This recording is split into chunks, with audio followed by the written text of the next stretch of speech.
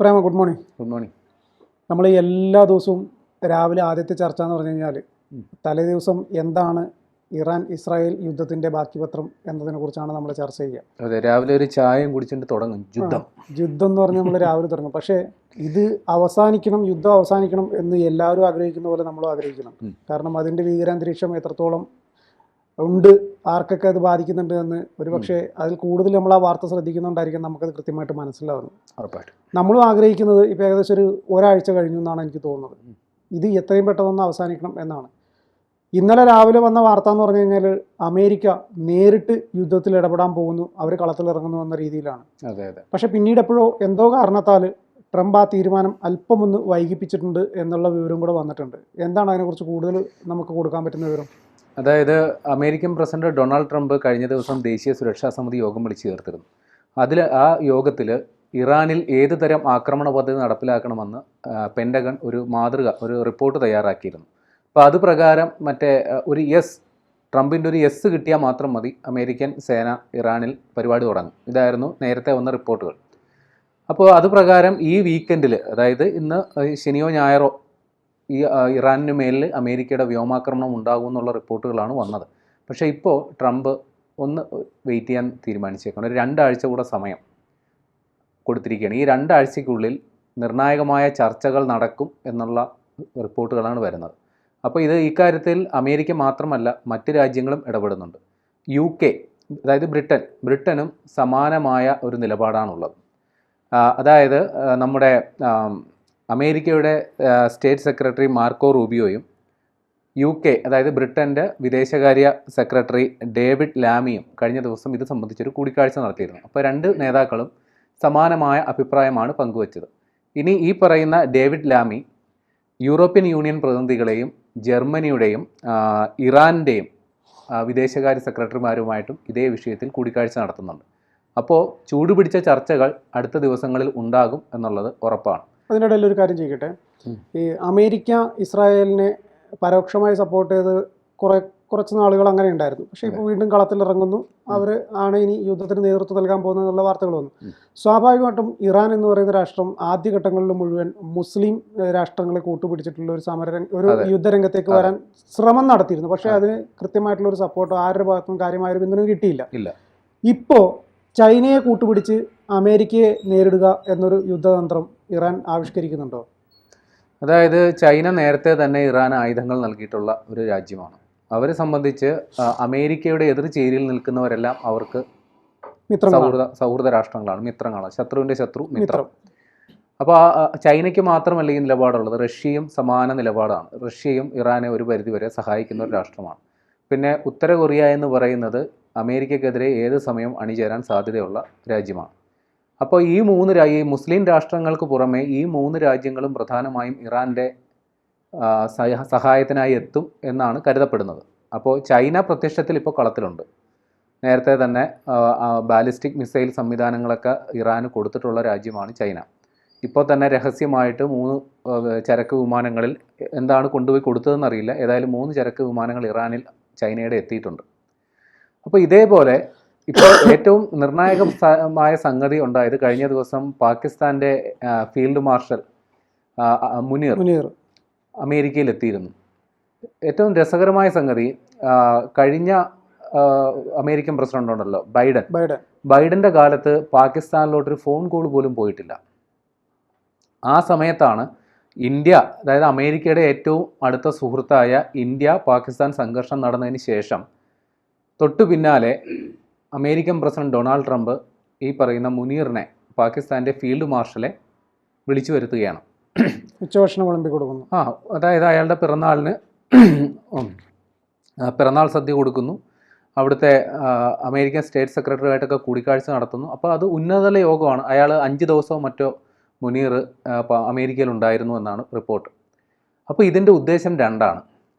പ്രധാനപ്പെട്ട സംഗതി, പാകിസ്ഥാൻ എന്ന് പറയുന്നത് ഒരു മുസ്ലിം രാഷ്ട്രമാണ്. ഈ ഇറാനിൽ സൈനിക നടപടി ഉണ്ടായപ്പോൾ തന്നെ അത് കാടത്തം എന്ന രീതിയിൽ അപലപിച്ച് രംഗത്ത് വന്ന രാഷ്ട്രമാണ് പാകിസ്ഥാൻ. ഇവർ തമ്മിൽ, പാകിസ്ഥാനും ഇറാനും തമ്മിൽ നല്ല രീതിയിൽ സഹകരണമുണ്ട്. പക്ഷേ ഏറ്റവും നിർണായക സംഗതി, പാകിസ്ഥാൻ ഇറാനുമായിട്ട് അതിർത്തി പങ്കിടുന്ന ഒരു രാഷ്ട്രം കൂടിയാണ്.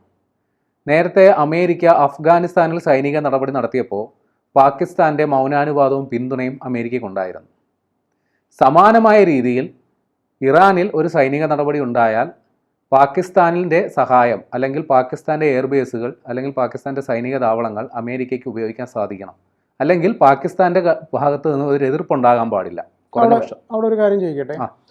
ഇപ്പോൾ പ്രേമം പറഞ്ഞു ആദ്യഘട്ടത്തിൽ പാകിസ്ഥാൻ തന്നെ കാടത്തം എന്ന് പറഞ്ഞ് രംഗത്ത് വന്ന ഒരു രാഷ്ട്രമാണെന്ന്. അതെ. അപ്പോൾ സ്വാഭാവികമായിട്ടും ആ ഒരു തീരുമാനത്തിൽ നിന്ന് പാകിസ്ഥാൻ പിന്നോട്ട് പോകണമെങ്കിൽ പാകിസ്ഥാൻ എന്തെങ്കിലും കാര്യമായിട്ടൊരു ഓഫർ വെച്ചിട്ടുണ്ടാവില്ല? ഉണ്ടാകുമല്ലോ. നേരത്തെ തന്നെ പാകിസ്ഥാനും അമേരിക്കയും നല്ല സഹകരണത്തിലും സഖ്യത്തിലും ഉള്ളതാണ്. പാകിസ്ഥാനെ സംബന്ധിച്ച് ഇന്ത്യയുടെ സൈനിക ശേഷിയെ നേരിടാനായിട്ട് അവർക്ക് 2 രാജ്യങ്ങളുടെ പിന്തുണ വേണം. ഒരേ സമയം അവർ ചൈനയെ ആശ്രയിക്കും, ഒരേ സമയം അമേരിക്കയെ ആശ്രയിക്കും. 2 രാജ്യങ്ങളുമാണ് പാകിസ്ഥാൻ പ്രധാനമായിട്ടും ആയുധങ്ങൾ കൊടുക്കുന്നത്. അതുകൂടാതെ വ്യാപാര സഹകരണവും കാര്യം പാകിസ്ഥാൻ എന്ന് പറയുന്നത് ദരിദ്രമായി കൊണ്ടിരിക്കുന്ന രാഷ്ട്രമാണ്. അപ്പോൾ അമേരിക്ക, ചൈന പോലുള്ള വമ്പൻ രാഷ്ട്രങ്ങളുമായിട്ടുള്ള വ്യാപാര കരാറുകളാണ് ആ പാകിസ്ഥാനെ നിലനിർത്തുന്നത് പോലും. അതേപോലെ ലോകബാങ്ക് സഹായമായിട്ടുള്ള ധനസഹായങ്ങൾ പോലും അമേരിക്കയുടെ താല്പര്യാർത്ഥമാണ് പാകിസ്ഥാന് കിട്ടുന്നത്. അപ്പോൾ അമേരിക്ക പറയുന്നതിന് റാൻ മൂളുക എന്നതിനപ്പുറം പാകിസ്ഥാൻ ഒന്നും ചെയ്യാനില്ല. അപ്പോൾ നിലവിൽ അവിടെ ഈ മുനീറാണ് അവിടുത്തെ പ്രധാനമന്ത്രിയേക്കാൾ ശക്തനായ പാകിസ്ഥാന്റെ നേതാവ്, ഭരണാധികാരി തന്നെ പറയാം. ചിലപ്പോൾ അടുത്ത വലിയ താമസമില്ലാണ്ട് പാകിസ്ഥാന്റെ പ്രധാനമന്ത്രിയാകും ഇങ്ങേര്. അപ്പോൾ ഇങ്ങേരെ സന്തോഷിപ്പിച്ച് നിർത്തുക അല്ലെങ്കിൽ ഇങ്ങേരെ വിശ്വാസത്തിലെടുക്കുക എന്നതിൻ്റെ ഭാഗമായാണ് ഇന്ത്യയെ ഒരു പരിധിവരെ വെറുപ്പിച്ചുകൊണ്ട് ഈ പറയുന്ന മുനീറിനെ അമേരിക്കയിലോട്ട് കൊണ്ടുവന്നത്. പിന്നെ ട്രംപിന് ഒരു രഹസ്യ ഉദ്ദേശം കൂടിയുണ്ട്. അത് എത്രമാത്രം നടക്കുമെന്നറിയില്ല. ഇപ്പോൾ ഇന്ത്യ പാകിസ്ഥാൻ ചർച്ച യുദ്ധത്തിൻ്റെ കാര്യസ്ഥൻ ഞാനാണല്ലോ, മധ്യസ്ഥൻ ഞാനാണല്ലോ എന്നാണ് ട്രംപ് അവകാശപ്പെടുന്നത്. ഇപ്പോൾ ഇസ്രയേൽ ഇറാൻ സംഘർഷവും ഞാൻ ഇടപെട്ടങ്ങ് തീർക്കും, അതിന് മറ്റു രാജ്യങ്ങളുമായിട്ട് ഞാൻ ചർച്ച നടത്തും, അപ്പോൾ അടുത്ത സമാധാനത്തിൻ്റെ നോബൽ സമ്മാനം എനിക്ക് വേണം. ഇതാണ് ട്രംപിൻ്റെ ഒരു നിലപാട്, ഒരു സ്വാർത്ഥ താല്പര്യം. അപ്പോൾ ഈ ഉദ്ദേശങ്ങൾ കൊണ്ടാണ് ഈ മുനീറിനെ അവിടെ വെച്ച് വിരുന്ന് സൽക്കാരമൊക്കെ കൊടുത്ത് വിട്ടേക്കുന്നത്.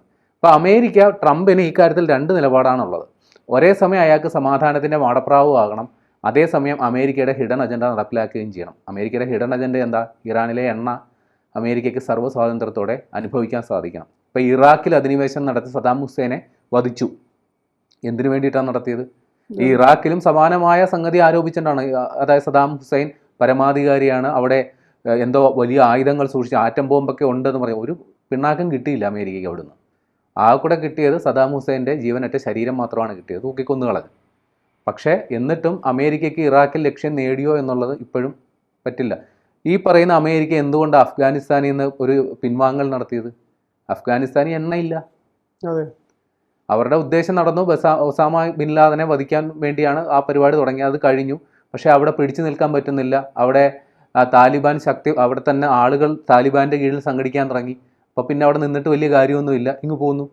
എന്നാൽ ഇറാഖിൽ നിന്നോ അല്ലെങ്കിൽ ഇറാനിൽ നിന്നോ സമാനമായ രീതിയിൽ അമേരിക്ക പിൻവാങ്ങി പോവില്ല.